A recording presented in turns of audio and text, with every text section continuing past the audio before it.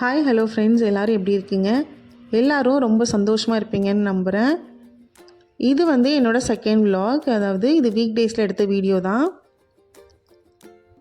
இங்கே சவுதி அரேபியாவில் இருக்கிறவங்களுக்கு எல்லாருக்குமே தெரியும், ஸ்கூல் டைமும் ஆஃபீஸ் டைமும் ரொம்ப ஏர்லியராகவே ஸ்டார்ட் ஆகிடும். என்னோடய பொண்ணு ஸ்கூலுக்கு பஸ் கரெக்டாக ஷார்ப்பாக மார்னிங் 6:30க்கு வந்துடும். ஸோ அவங்களுக்கு பிரேக்ஃபாஸ்ட் கொடுக்கணும், ஹஸ்பண்டுக்கு லன்ச்சு பேக் பண்ணி கொடுக்கணும்.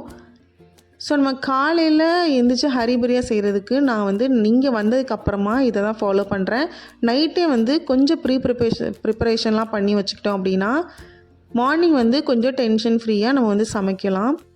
ஸோ காலையில் நான் என்னென்ன சமைக்கணும்னு பிளான் பண்ணிட்டேன். அதாவது என்னோடய பாப்பாவுக்கு அதாவது பிரேக்ஃபாஸ்ட் தான் கொடுக்க போகிறோம். ஆனால் அவங்க அன்றைக்கி எனக்கு ஃப்ரைட் ரைஸ் கேட்டிருந்தாங்க. ஸோ அதுக்குள்ளே வெஜிடபிள்ஸ் நான் கட் பண்ணி வச்சுக்கிட்டேன். ஹஸ்பண்டுக்கு சப்பாத்தி, சன்னா அதாவது கொண்டக்கடலை கிரேவி, பீட்ரூட் பொரியல், இது தான் நான் பிளான் பண்ணி வச்சுருந்தேன். ஸோ அதுக்கான வெஜிடபிள்ஸ் எல்லாமே நான் கட் பண்ணி வச்சுக்கிட்டேன். பீட்ரூட் கட் பண்ணி வச்சுட்டு அப்புறம் ஃப்ரைட் ரைஸ்க்கு தேவையான வெஜிடபிள்ஸும் நான் கேபேஜும் கேரட்டும் தான் இருந்துச்சு. ஸோ அதை நான் கட் பண்ணி எடுத்து வச்சுக்கிட்டேன். ஸோ இந்த மாதிரி நம்ம செய்யும்போது காலையில் கொஞ்சம் நமக்கு சமைக்கிறதுக்கு கொஞ்சம் டென்ஷன் இல்லாமல் ஹரிபரி இல்லாமல் நமக்கு கொஞ்சம் ஈஸியாக இருக்கும். என்ன தான் இவ்வளோ ப்ரிப்பேர் பண்ணாலுமே மார்னிங் நான் 4:30க்கு எழுந்தாகணும். ஏன்னா நமக்கு பெரிய பசங்களாக இருந்தாங்க அப்படின்னா அவங்களே குளித்து ரெடி ஆகிப்பாங்க. பட் சின்ன பசங்களாக இருக்கும்போது நம்ம அவங்கள கிளப்பி விடுறதுக்கு ஒரு டைம் ஒதுக்கணும். ஸோ அதனால் நான் நைட்டு இதெல்லாம் ரெடி பண்ணிட்டு என்னென்ன பாத்திரம் தேவையோ அது எல்லாமே ரெடி பண்ணி எடுத்து வச்சுட்டு தூங்க போயிட்டேன். அதுக்கப்புறமா பாத்திரம் எல்லாமே நான் எடுத்து வச்சுருவேன் எப்போதுமே. அப்புறம் கொண்டக்கடலை ஊற வச்சுட்டு அரிசி எல்லாமே எடுத்து வச்சுட்டு தான் நான் தூங்க போவேன். அதே மாதிரி நைட்டுக்கு கிச்சன் எல்லாமே ஃபுல் அண்ட் ஃபுல் நல்லா க்ளீன் பண்ணால் தான் நம்ம மார்னிங் எந்திரிச்சு வரும்போது கொஞ்சம் நல்லாயிருக்கும், நமக்கு சமைக்கிறதுக்கு ஈஸியாகவும் இருக்கும். இது நெக்ஸ்ட் டே மார்னிங் நான் ஒரு 4:40க்கு தான் எழுந்தேன். 4:45க்கு கிச்சனுக்குள்ளே வந்தேன். வெங்காயம் மட்டும் நான் எல்லாமே காலையில் தான் கட் பண்ணுவேன். எனக்கு பர்சனலாக ஃப்ரிட்ஜில் ஸ்டோர் பண்ணுறதுக்கு பிடிக்காது. அதுமாதிரி நிறைய பேர் ரொம்ப இல்லை வழியே இல்லை அப்படிங்கிறவங்க முதல் நாளே கட் பண்ணி ஃப்ரிட்ஜுக்குள்ளே ஸ்டோர் பண்ணுறாங்க. அது அவங்களோட விருப்பம். பட் எனக்கு பிடிக்காது, அது நல்லதுமே இல்லை. ஸோ அதனால் வெங்காயம் தக்காளி மட்டும் நான் காலையில் கட் பண்ணிப்பேன்.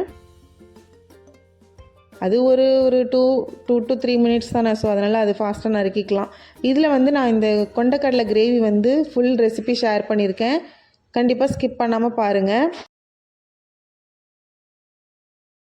நிறைய மெத்தடில் நான் சுண்டல் கிரேவி பண்ணுவேன். ஒரு 3-4 ரெசிபி இருக்குது. பட் எனக்கு எப்போ எப்படி தோணுதோ அந்த மாதிரி செய்வேன். இந்த ரெசிபி ரொம்ப டேஸ்ட் நல்லாயிருக்கும். இது அரைச்சி பண்ணுறது. ஒரு சில நேரம் நான் எல்லாம் வதக்கி ஒரே மாதிரி அரைச்சி பண்ணுவேன். ஒரு சில நேரம் இந்த மாதிரி பண்ணுவேன். இதுக்கு ஃபஸ்ட்டு ஒரு மிக்சர் ஜாரில் 10 சின்ன வெங்காயம், ஒரு தக்காளி, கொஞ்சமாக சோம்பு போட்டு நல்லா ஃபைன் பேஸ்ட்டாக அரைச்சி தனியாக வச்சுக்கணும். அடுத்து ஒரு கடாயில் கொஞ்சமாக எண்ணெய் சேர்த்து ஹோல் ஸ்பைசஸ், அதாவது பட்டை, கிராம்பு, ஏலக்காய், அப்புறம் ஒரு பிரியாணி இலை சேர்த்து 2 பெரிய வெங்காயம் ஸ்லைஸ் பண்ணிக்கணும். 2 பச்சை மிளகாய், உப்பு சேர்த்து நல்லா வதங்கணும். வெங்காயம் நல்லா கோல்டன் ப்ரௌன் கலரில் வதங்கணும். அப்போ தான் நல்ல டேஸ்ட் கொடுக்கும் கிரேவிக்கு. அது வதங்கட்டும். இங்கே நான் சப்பாத்தி மாவு ஸ்டார்ட் பண்ணிட்டேன். தண்ணி ஊற்றி உப்பு போட்டு நல்லா லைட்டாக ஜென்டலாக மிக்ஸ் பண்ணி அப்படியே ஒரு 5 நிமிஷம் அப்படியே வச்சுருங்க. ஃபஸ்ட்டே ஸ்டார்டிங்லேயே நல்லா போட்டு அடிச்சுலாம் பிசைய வேணாம். கை வலிக்க பிசையாமல் இந்த மாதிரி ஒரு 5 நிமிஷம் ரெஸ்ட்டில் விட்டுட்டு அதுக்கப்புறம் எடுத்து பாருங்களேன், செம்ம சாஃப்டாக இருக்கும். கண்டிப்பாக இந்த டிப்பை ஃபாலோ பண்ணுங்கள், ட்ரை பண்ணி பாருங்கள். பிகினர்ஸ்குள்ளே ரொம்ப யூஸ்ஃபுல்லாக இருக்கும். கண்டிப்பாக இந்த டிப்பை ட்ரை பண்ணி பாருங்கள். நான் இப்போ ரொம்ப வருஷமாக இது தான் ஃபாலோ பண்ணிகிட்ருக்கேன். ரொம்ப ஈஸியாக இருக்குது, சாஃப்டாகவும் இருக்குது. நம்ம ஃபஸ்ட்டே போட்டு அடித்து பிசைன்னு தேவையே இல்லை. இந்த பக்கமாக நல்ல வெங்காயம் வதங்கினப்புறம் கொஞ்சமாக இஞ்சி பூண்டு பேஸ்ட்டு, அப்புறம் மசாலாஸ் எல்லாம் ஆட் பண்ணிவிட்டு நம்ம அரைச்சி வச்சுருக்கோம் இல்லையா பேஸ்ட்டு, அதையும் சேர்த்து எண்ணெய் பிரிஞ்சு வந்ததுக்கப்புறமா அவிச்ச சுண்டல் இருக்கு இல்லையா கொண்டக்கடலை, அது தண்ணியோடு சேர்த்து மூடி போட்டு நல்லா கொதிக்க விடணும். ஒரு 10 நிமிஷம் அப்படியே இருக்கட்டும். நான் அவிச்ச கொண்டக்கடலை கொஞ்சமாக எடுத்து 1 டேபிள் ஸ்பூன் தேங்காய் சேர்த்து தண்ணி ஊற்றி நல்லா ஃபைன் பேஸ்ட்டாக அரைச்சிக்கணும். இது நல்ல திக்னஸ் கொடுக்கும், டேஸ்ட்டுமே சூப்பராக இருக்கும். இந்த மாதிரி நம்ம கடலையை லைட்டாக அரைச்சி போடும்போது. ஸோ குழம்பு நல்லா கொதிச்சிருச்சு. நம்ம அரைச்ச பேஸ்ட்டையும் சேர்த்து கொஞ்சம் கன்சிஸ்டன்சி அட்ஜஸ்ட் பண்ணுறதுக்கு நான் கொஞ்சமாக தண்ணி சேர்த்துக்கிட்டேன். சேர்த்துட்டு திருப்பியும் ஒரு மூடி போட்டு 5 நிமிஷம் வந்து கொதிக்க வைக்கணும். அதுக்கு முன்னாடி கொஞ்சமாக கரம் மசாலா, உப்பு சேர்த்துக்கிட்டேன். இதுக்கு மசாலா எல்லாமே வந்து நீங்கள் நார்மல் தனி மிளகாத்தூள், மல்லித்தூள், கரம் மசாலா போதும். உங்களுக்கு வேணும்னா குழம்பு மிளகாத்தூள் போட்டுக்கலாம். டேஸ்ட் வந்து நல்லாயிருக்கும். கடைசியாக நல்லா கொதிச்சக்கப்புறமா கொத்தமல்லி இலை தூவி இறக்கிட்டோன்னா சூப்பராக இருக்கும். இப்போ தண்ணியாக இருக்க மாதிரி இருக்கும். நல்லா ஆறுனதுக்கப்புறமா நல்லாவே திக்காக இருக்கும். ஏன்னா நம்ம தேங்காய் போட்டிருக்கோம். அதே மாதிரி சுண்டலையும் கொஞ்சம் அரைச்சி சேர்த்துருக்கோம் இல்லையா, நல்லாவே திக்காக இருக்கும். அது நல்லா ரெடி ஆகிடுச்சு. அதை தனியாக எடுத்து வச்சுட்டு நான் இங்கே பக்கம் பீட்ரூட்டு, அது நார்மலாக எல்லோரும் செய்கிற மாதிரி தான், வெங்காயம், பச்சை மிளகா வதக்கிட்டு பீட்ரூட் போட்டு கொஞ்சமாக தண்ணி தெளித்து அதை வேக வச்சுக்கிட்டேன். அப்புறம் ஃப்ரைட் ரைஸ் வந்து ரொம்ப சிம்பிள். கொஞ்சமாக எண்ணெய், நெய் சேர்த்து ஒரே ஒரு பட்டை, ஒரு பிரியாணி இலை சேர்த்துட்டு கொஞ்சமாக குட்டி குட்டியாக நறுக்குன வெங்காயம், ஒரு அரை டீஸ்பூன் அளவு இஞ்சி பூண்டு பேஸ்ட் போட்டு நல்லா வதக்கணும். அதோட பச்சை வாசனைலாம் போனதுக்கப்புறமா வெஜிடபிள்ஸ் வந்து உங்களுக்கு விருப்பமான காய்கறிகள் எல்லாமே சேர்த்துக்கலாம். அதாவது கேப்சிகம் சேர்க்கலாம், பீன்ஸ் எல்லாமே சேர்த்துக்கலாம், காலிஃப்ளவர் எல்லாமே நல்லாயிருக்கும். என்கிட்ட அன்றைக்கி வந்து கேரட்டும் கேபேஜும் மட்டும்தான் இருந்துச்சு. ஸோ நான் அதை மட்டும்தான் சேர்த்துருக்கேன். அது சேர்த்துட்டு தண்ணி வந்து சேர்க்கக்கூடாது. அது வந்து ரொம்ப குக் ஆகணும்னு அவசியம் இல்லை இல்லையா, ஒரு 70% குக் ஆனால் போதும். கொஞ்சம் க்ரன்ச்சியாக இருந்தால் தான் சாப்பிட்றதுக்கு நல்லாயிருக்கும். நம்ம வந்து குட்டி குட்டியாக சாப் பண்ணிக்கணும் வெஜிடபிள்ஸ் வந்து, அப்போ தான் குழந்தைங்க வந்து கொஞ்சம் போர் அடிக்காமல் ஈஸியாக சாப்பிடுவாங்க. ஸோ நான் அது வதக்கி விட்டுட்டேன். பீட்ரூட்டும் வந்து ரெடி ஆயிடுச்சு. துருவன தேங்காய் கடைசியாக போட்டு இறக்கிட்டேன். இந்த பக்கம் காயுமே குக் ஆன அப்புறம் இதுக்கு வந்து மசாலா வந்து கொஞ்சமாக பெப்பர் தூள், அப்புறம் ஃப்ளேவருக்கு கொஞ்சமாக கரம் மசாலா பவுடர், இதுவுமே சூப்பராக இருக்கும். இது மட்டும் சேர்த்தாலே போதும். வேறு எதுவுமே சாஸ் எதுவுமே தேவையில்லை.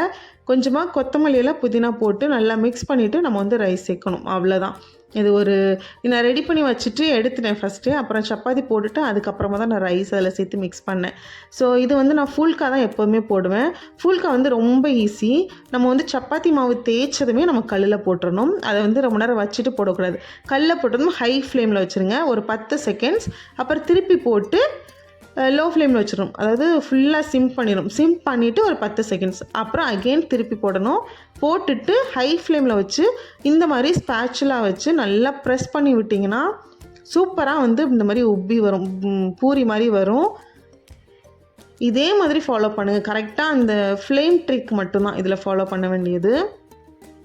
செம்ம சூப்பராக இருக்கும். நான் ரொம்ப வருஷமாக இந்த மாதிரி தான் செஞ்சிட்ருக்கேன். பர்ஃபெக்டாக வரும். ஃபஸ்ட்டு போட்டதும் ஹை ஃப்ளேமில் 10 செகண்ட்ஸ், அப்புறம் திருப்பி போட்டு லோ ஃப்ளேம், அதாவது ரொம்ப சிம்மில் வச்சிடணும். அடுத்து 10 செகண்ட்ஸ் திரும்பவும் திருப்பி போட்டு ஹை ஃப்ளேமில் ப்ரெஸ் பண்ணி விட்டோம்னா நல்லாவே வந்து உப்பி வந்துடும். செம்ம சூப்பராக இருக்கும். இதில் வந்து நீங்கள் வேணும்னா கீ மட்டும் அப்ளை பண்ணிக்கலாம். அதாவது ஃபுல்கா ரெடி பண்ணதுக்கப்புறமா நீங்கள் வந்து நெய் தடவி சர்வ் பண்ணணும். அவ்வளோதான். டயட்டில் இருக்கிறவங்க இந்த மாதிரி நம்ம சாப்பிட்லாம். அதேமாரி குழந்தைங்களுமே வந்து நல்லா நெய் போட்டு கொடுத்திங்கன்னா சூப்பராக சாப்பிடுவாங்க. நீங்கள் மறுநாள் வரைக்குமே இதே சாஃப்ட்னஸோடு இருக்கும். செம்ம சாஃப்டாக இருக்கும். கண்டிப்பாக ட்ரை பண்ணி பாருங்கள் இந்த ஃபுல்காவை. அது நான் ரெடி பண்ணி வச்சுட்டு அப்புறமா நம்ம வெஜிடபிள்ஸ்லாம் ரெடி பண்ணி வச்சுருந்தேன் இல்லையா, அதில் கொஞ்சமாக லைட்டாக சூடு பண்ணிவிட்டு கொஞ்சம் ரைஸ் மட்டும் போட்டு கிளறி விட்டுக்கிட்டேன். நீங்கள் இதில் பாஸ்மதி ரைஸ் கூட சேர்த்துக்கலாம். பட் நான் வந்து நார்மல் நம்ம டெய்லி சாப்பாட்டுக்கு யூஸ் பண்ணுற சாதம் தான் வடித்து சேர்த்துக்கிட்டேன். இதுக்கு பிளெயின் ஆம்லேட் வந்து செம்ம சூப்பராக இருக்கும். நான் லஞ்ச்லாம் பேக் பண்ணிவிட்டு அப்புறம் ஸ்நாக்ஸ்க்கு வந்து ஆப்பிள் கட் பண்ணி வச்சுட்டேன். அப்புறம் ஹஸ்பண்டுக்குமே வந்து லஞ்ச் பேக் பண்ணிட்டேன். எல்லாருமே 2 பேருமே கிளம்பிட்டாங்க. ஸோ கண்டிப்பாக இந்த வீடியோ உங்களுக்கு யூஸ்ஃபுல்லாக இருந்திருக்கும். இந்த ரெசிபிஸ் எல்லாமே ட்ரை பண்ணி பாருங்கள். வீடியோ பிடிச்சிருந்தா லைக் பண்ணுங்கள், ஷேர் பண்ணுங்கள். ப்ளீஸ் சப்ஸ்கிரைப் பண்ணாமல் பார்க்காதீங்க. சப்ஸ்கிரைப் பண்ணிவிட்டு பாருங்கள், சப்போர்ட் பண்ணுங்கள். திரும்பவும் இதே மாதிரி சூப்பரான வீடியோவில் சந்திக்கலாம்.